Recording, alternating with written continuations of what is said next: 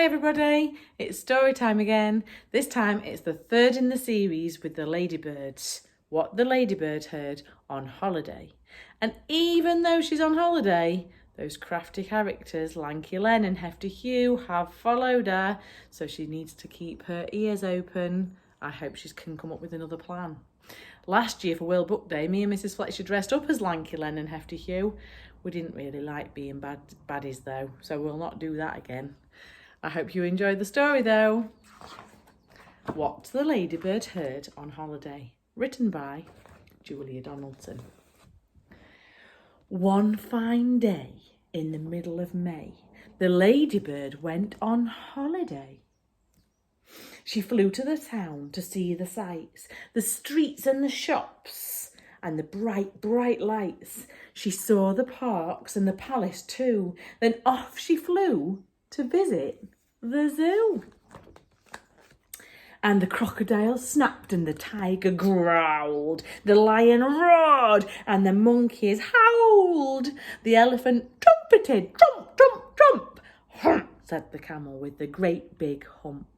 The hyena laughed and the hummingbird whirred, but the ladybird said never a word.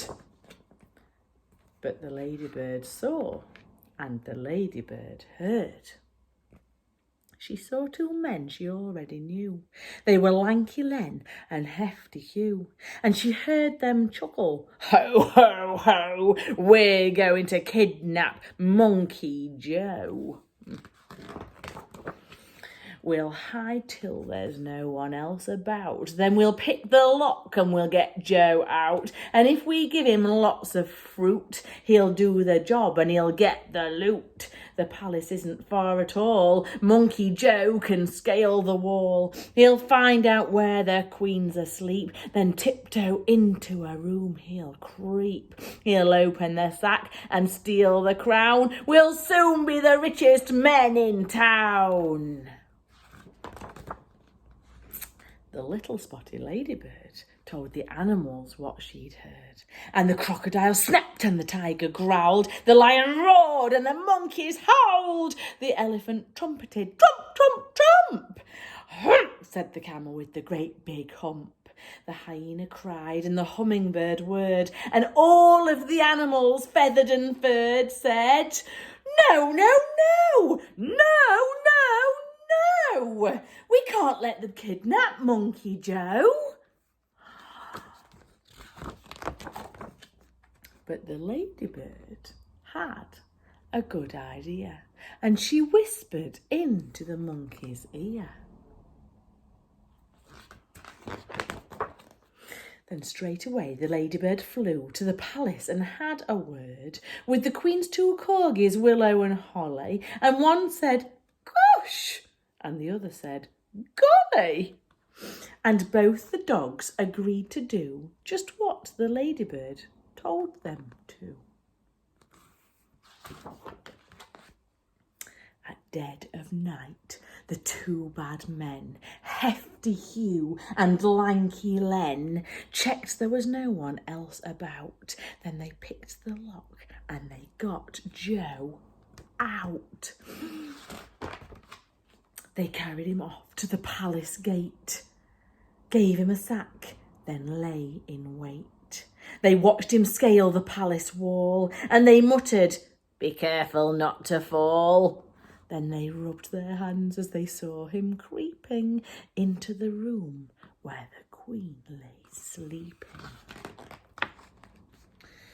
Corgi Holly and Corgi Willow, who lay each side of the queen's soft pillow, were wide awake, and they said to Joe, come on, monkey, off we go. They led the way while the queen still slept, and they showed young Joe where their bones were kept. Then they helped the monkey fill the sack, and they waggled their tails as he carried it back. The two thieves yelled, hip hip hooray! But now let's make our getaway. They carried the sack to a nice quiet park where the only sound was a distant bark. They found a bench and they both sat down. And Hugh said, "Time to see that crown." And "I just can't wait," said Lanky Len. They opened the sack. But then... You should have heard their moans and groans to find the sack was full of bones. Just then a dog came bounding up and Hugh said, "Shoo, you greedy pup." Another dog was close behind, and then came dogs of every kind.